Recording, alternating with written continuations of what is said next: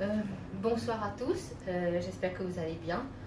Dans un premier temps, je souhaiterais vous remercier pour tout le monde qui est venu à ma rencontre. J'ai rencontré plein de gens très intéressants.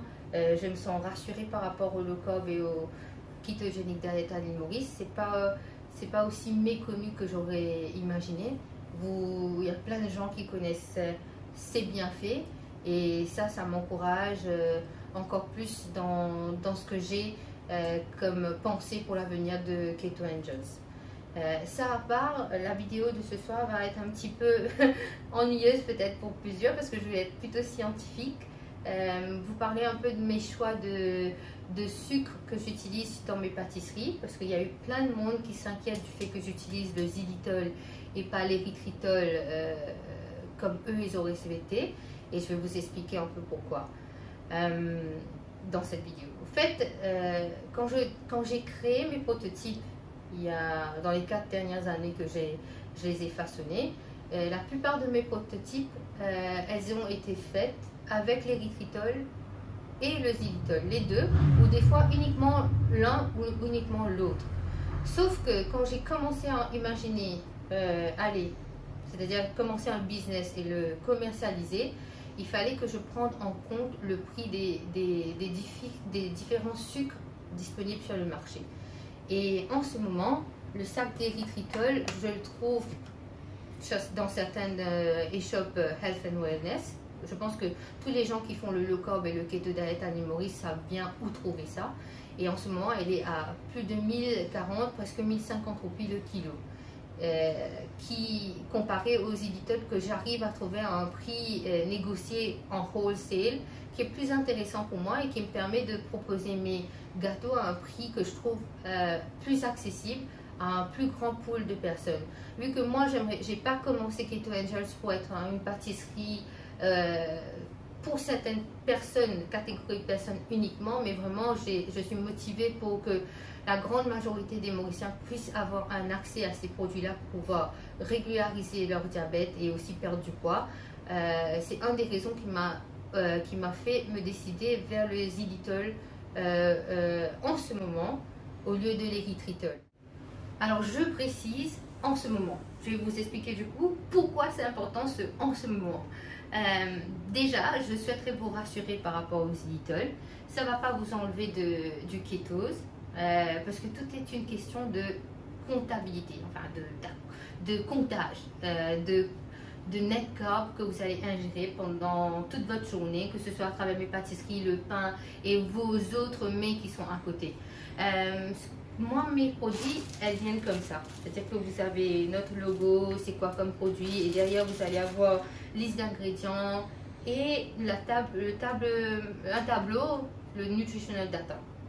Et normalement, ce qui est là, comment ça a été fait, ce nutritional data, ça a été fait suivant un guidelines du USDA, c'est-à-dire le United States Department of Agriculture. Enfin, c'est des normes à respecter, mais c'est plus pour les États-Unis. Mais bon, vu que nous n'avons pas vraiment ça à l'île Maurice, j'ai dû me baser sur quelque chose et j'ai commencé par eux. Et voilà. Et les USDA, United States Department of Agriculture, vous demandent par exemple, si vous utilisez 100 g de xylitol, 100 g d'érythritol, on va pas dire érythritol est l'exception, 100 g de xylitol, 100 g d'isomalte, tout ce qui est sugar alcohols. En gros, vous enlevez 50% de ce que vous avez ajouté dans vos gâteaux ou dans vos recettes parce que elle ne va pas être utilisée par votre corps. On va dire ça comme ça pour être très très simple. Si je mets 100 g de xylitol dans mes gâteaux, en gros, le USDA me force à dire qu'il n'y a que 50%, c'est-à-dire qu'il n'y a que 50 g de xylitol qui est dans mon produit final. Maintenant, vous allez trouver un lien ou quelque chose qui va apparaître sur la vidéo où il y a une publication. C'est un review qui a été fait, un review scientifique sur pas mal d'articles dans le domaine du food science en relation avec les polyols et les sugar alcohols. En gros, dans ce revue, vous allez voir qu'ils ont essayé de, ils ont, avec preuve à l'appui, démontré que toutes les sugar alcohols n'étaient pas équivalents. Le xylitol, l'érythritol, l'isomal, le maltitol, le mannitol, tout ça n'était pas équivalent. Et c'est vrai que pour le keto diet, il semblerait, par rapport à ce review, que l'idéal serait l'érythritol. Pourquoi l'érythritol? Parce qu'elle est totalement absorbée au niveau de l'intestin, le petit intestin. Mais une fois absorbée dans le sang, elle passe à travers le foie, elle n'est pas du tout métabolisée. Alors elle est excrétée, quasi la totalité est excrétée, inchangée par le corps. 90% est absorbé, 10% uniquement qui passe dans les côlons. Alors si 10% est dans votre côlon et c'est fermenté par les bactéries qui sont là-bas, vous allez avoir une très faible gêne gastro-intestinale avec l'érythritol. C'est pour ça que dans presque tous les blogs keto, on met en avant ce sucre. Et moi aussi, je suis assez contente de ce sucre. Mais il y a aussi un petit problème avec l'érythritol, ça c'est le problème, on va dire, culinaire et gastronomique, c'est qu'elle a un petit cooling effect au niveau de la bouche quand vous le mangez à un taux un peu élevé. Et dans certaines cakes et pâtisseries, ça peut être dérangeant. Alors voilà, ça c'est pour expliquer sur l'érythritol. Et maintenant pour vous dire le choix de xylitol que j'ai fait pour mes gâteaux n'est pas vraiment au détriment de votre régime. Je vais vous expliquer pourquoi. La littérature scientifique nous démontre que si vous ingérez 100 g de xylitol, il y a 50%, je ne vais pas dire des bêtises, je l'ai noté pour ne pas... Oui, exactement. Il y a 50% de ce qu'on a ingéré qui va traverser votre intestin et va aller dans le sang. L'autre 50% va aller dans le gros côlon, le côlon où il y a les bactéries et ça va être fermenté par ces bactéries-là. Du coup, c'est pour ça que le xylitol a un petit effet sur votre gastro-intestinal, un peu plus que l'érythritol, parce que l'érythritol, il n'y a que 10% qui passe et le xylitol, il y a 50% qui passe. Et là, vous vous sentez peut-être un peu ballonné, dépendant de la quantité qu'il y a dans votre gâteau ou dans ce que vous mangez, bien sûr. Et les 50% qui traversent votre petit intestin et qui se trouvent dans le sang, ces 50%-là peuvent être métabolisés par votre foie en glucose et glycogène. Et c'est pour ça que les gens qui font le keto, ils ont peur du xylitol. Mais je vous rassure, c'est-à-dire que vous prenez 100 grammes au commencement, vous mettez dans votre gâteau, il y a 50% qui traversent, qui va dans le sang. Et les 50% les autres vont aller dans le gros côlon. De ces 50% qui traversent, qui va dans le sang et qui va passer à travers votre foie, là, elle va être métabolisée, oui, mais tous les articles scientifiques démontrent bien qu'elle est métabolisée de façon très très lente. Le métabolisme, le procédé de métabolisme de votre foie sur le xylitol, elle est faible. Du coup, l'article que j'ai posté là, elle suggère d'enlever 65% pour avoir vraiment une notion du net carb. Mais moi, j'ai préféré ne pas enlever 65%. Je me suis contentée de suivre le USDA Guidelines et j'ai enlevé 50% uniquement pour être plus, comment dire, on the safe side. Et si vous comptez vos carbs et vous comptez les carbs qui sont dans mes pâtisseries aussi, vous allez être keto safe, quoi. Voilà, ça c'est ce que je voulais dire par rapport à ces sucres-là. Maintenant, pourquoi je ne peux pas utiliser l'érythritol? Et c'est ça qui m'agace, qui m'énerve même.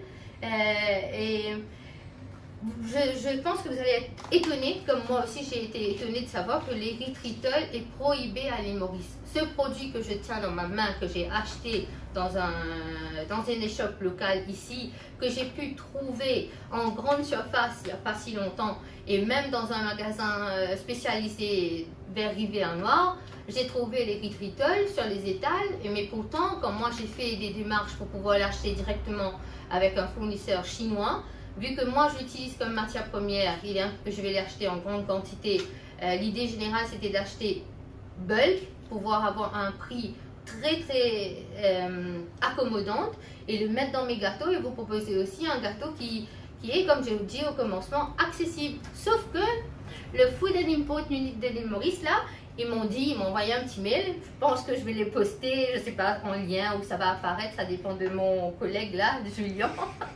C'est lui qui s'occupe de tous ces petits détails là. En gros, vous allez voir, je les ai contactés et eux, ils m'ont répondu tout simplement, le Zilitol est prohibé à Maurice. Et là, j'aurais soulevé le fait que je le trouve librement à l'île Maurice. Ils me disent que c'est des défaillances du système.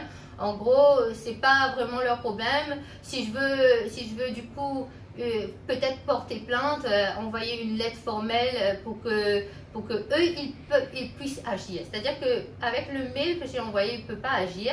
Il faut que j'adresse un mail vraiment genre sanglant, j'écris un complaint comme on dit, et là ils vont prendre en action. Mais je comprends pas ces gens-là, je veux pas mettre en porte-à-faux les gens qui sont en train de mettre à disposition les Ritritol. Où je vais le trouver si maintenant je fais un plaint comme on m'a suggéré de le faire. Mais ils vont quoi? Ils vont pénaliser ces gens-là et puis subitement moi et vous qui font le keto, on va plus le trouver sur le marché du tout. C'est pas ça la solution. La solution c'est de dire aux gens qui sont responsables du Food and Import Unit, surtout le Senior Chief Executive Officer que j'ai pris la peine de contacter. Je pense que Julien va poster la lettre aussi pour que vous voyez un peu ce que j'appelle être un magouille pas possible.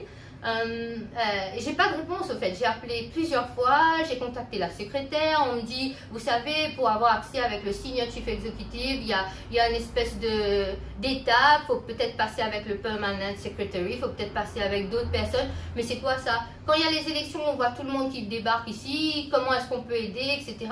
Et là, il faut gravir les échelons un à un. Mais moi, je suis dans l'urgence. J'aimerais bien vous proposer mes pâtisseries avec encore moins de féculents et en plus avec un des sugar alcohol que je préfère. Je ne vous dis pas que j'utiliserai uniquement ça, j'utiliserai aussi le Zilitol, mais bon, vous voyez bien que là, il y a un problème. C'est-à-dire qu'une gamme de la population peut avoir accès à ce produit-là, mais une bonne gamme de la population, une bonne partie de la population, pardon, ne peut pas. Pourquoi? Parce que notre système est défaillant, parce que le FIU ne fait pas son boulot correctement, parce que nous avons un Food Act qui est daté de 1999 et qui ne nous permet pas d'innover. C'est-à-dire que d'un côté, nous avons l'État qui est là, qui nous demande d'innover, d'essayer de devenir entrepreneur. N'attendez pas à ce qu'on vous offre quelque chose, offrez-vous vous-même des opportunités. C'est un peu ce que j'ai fait avec ce start-up-là. Et je me suis dit, allez, je vais essayer de débloquer quelque chose, innover quelque chose. Et là, je suis freinée par ce fameux Food Act. Je suis freinée par l'esprit totalement, comment j'allais dire, fonctionnaire des gens qui sont au Food Import Unit. Et même au-delà, le Chief Executive Officer qui ne me donne pas une réponse ou une solution nette et précise. On me dit tous qu'il faut attendre un amendement de ce fameux Food Act. Mais attendre combien d'années? Parce que le Food Act, ça date de 1999. En gros, on est déjà 20 ans, 21 ans après là, et il n'y a pas de changement. Ça ne concerne pas que les Ritritol, mais ça peut concerner d'autres choses. Je pense qu'il y a un problème aussi au niveau de l'huile de coco, mais il faut que ça bouge. Alors, tout ça, c'est pour vous répondre un peu sur le choix que j'ai utilisé, sur le choix que j'ai fait d'utiliser le Zilitol, et comment aussi ma main est quelque part liée. Je ne peux pas vraiment utiliser les Ritritol comme je le souhaite. Surtout, moi, les Ritritol que je mets en glaçage ou dans des décorations, vous voyez la partie qui est, on va dire, superficielle de ce qui est le bakery, mais je ne peux pas le faire parce que 1050 roupies le kilo, combien je vais pouvoir vous le vendre le produit au final? Et ça sera un produit de luxe et c'est pas le but de Keto Angels. Moi, je veux vraiment que ce soit un produit accessible à tout le monde.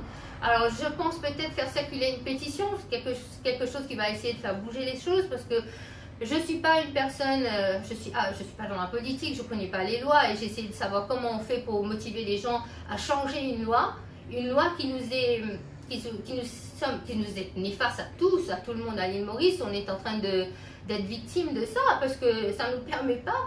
Vous imaginez, on est une population, on est fortement diabétique, où il y a un problème d'obésité grave et un produit comme ça qui est approuvé par le US FDA, c'est reconnu comme étant GRAS, c'est-à-dire Generally Recognized as Safe, et que moi j'ai cru qu'il n'y avait pas de problème pour le faire venir à l'île Maurice. J'ai même trouvé un fournisseur, j'avais juste à press button to buy and get my shipment in Mauritius, mais bon, à cause du Food Act 1999 et le lenteur des gens qui travaillent au Food Import Unit et le manque de réactivité de Senior Chief Executive là-bas, ben voilà, je suis bloquée. Voilà aussi pourquoi je ne peux pas l'utiliser autant que j'aurais aimé. Navré de vous avoir barbé avec ce long vidéo, mais ça m'a énervé et voilà, je voulais vous partager ça. Voilà. Ce qui va suivre, c'est un petit vidéo qui va vous montrer encore plus comment l'île Maurice, il y a un problème. Il y a soit deux poids, deux mesures, soit il y a vraiment des incompétents là où il faut qu'il y ait des personnes compétentes. Parce que ce qui tue les gens à l'île Maurice, c'est les maladies du métabolisme, c'est-à-dire une défaillance du processus qui brûle tout ce qui est alimentation en énergie. C'est là où on a une grande défaillance. Et d'un autre côté, on voit bien que c'est le food aussi, il est défaillant. Voilà, la petite vidéo qui suit, c'est une vidéo que j'ai fait en avant. C'est un petit critique d'un produit que j'ai trouvé sur le marché qui se prétend être diabète friendly. Et c'est abject. Ça, je ne peux pas faire venir, c'est prohibé. Et l'autre, elle est en libre circulation et c'est écrit diabète friendly. Avant de vous laisser maintenant, j'aimerais juste clarifier quelques petites choses parce que j'ai eu plein de questions et les questions n'arrêtent pas de tourner autour de ces thématiques-là. Est-ce que je peux venir pendant la semaine voir vos gâteaux? Vous êtes où? Est-ce que vous faites la livraison? Même si j'ai posté quelque chose dessus, je prends le temps là pour vous répondre. Ici, on est plutôt un manufacturing unit, c'est-à-dire c'est là où on fabrique les gâteaux. L'idéal pour moi, c'est de les fabriquer ici et dans pas longtemps les mettre dans des supermarchés ou peut-être même moi prendre un stand, un de ces quatre, dans certaines shopping malls et proposer mes produits. Du coup, on n'a pas d'exposition de produits ici. Moi, je serais ravie de vous rencontrer, que tout le monde vienne à ma rencontre pendant la semaine. Ça ne me pose pas de problème, mais je ne veux pas que vous venez et que vous ne trouvez pas de produits et vous êtes déçus. Par contre, si vous voulez vraiment voir les produits, c'est tous les samedis. De samedi, dimanche, lundi, mardi, mercredi, je réceptionne les commandes sur mon numéro WhatsApp qui est posté sur la page Facebook. Et je prépare votre commande et vous venez les prendre vendredi, samedi ou dimanche, comme vous souhaitez, au bakery. Ça, c'est pour le moment, jusqu'à nouvel ordre, jusqu'à ce que mon commerce se développe encore un petit peu plus. Voilà. Et c'est samedi, c'est ici, vous allez pouvoir trouver les nouveautés aussi, avant que je le mette sur internet. Comme aujourd'hui, la nouveauté de ce soir, je vais vous le présenter, si vous me permettez un instant. Alors, aujourd'hui, je vous présente mes Keto Crackers. Je ne sais pas pour vous, mais moi, ça me rend dingue. Souvent, j'ai envie de chips. Quand je suis devant la télé, j'ai envie de croquer j'ai envie de manger quelque chose qui croustille, qui fait du bruit sous la dent. Je sais pas vous, mais moi ça me manque souvent quand je fais mon régime. Et après plusieurs tentatives, j'ai pu trouver quelque chose qui croque. Je sais pas si vous allez entendre, mais en tout cas c'est ça, c'est mes frites. Voyez? Vous avez entendu? Est-ce que ça s'entend? Voilà. En gros ça c'est... Pardonnez-moi, je vais faire un peu de bruit là. Je vais les préparer pour ce samedi-ci. Pour 175 g de crackers, qui est pour moi, j'allais dire, il y a peut-être 4 servings dedans, dépendant de votre gourmandise. Pardon, c'est super bon. Il n'y a que 4 g de net carb pour toutes les 175 g que je propose là, il y a 175 grammes et en gros pour ça il y a 4 grammes de net carb, ce qui fait que c'est un snack qui croustille, qui est super bon, qui est low carb. Et ça vous pouvez le trouver samedi prochain si vous venez au bakery. Dégustation possible et vous allez le trouver aussi dans des petits bundles à acheter. Voilà, le prix, tout ça, je crois que je vais le mettre sur internet dès que j'ai un petit moment pendant la semaine. Sur ce, je vous dis bonsoir. Je vous souhaite à tous une très bonne soirée. Et n'oubliez pas, c'est pas du tout impossible de se faire plaisir. Oh là là, j'ai oublié. Oui, tout en vous faisant du bien. Voilà, c'est ce que je voulais dire. Merci beaucoup.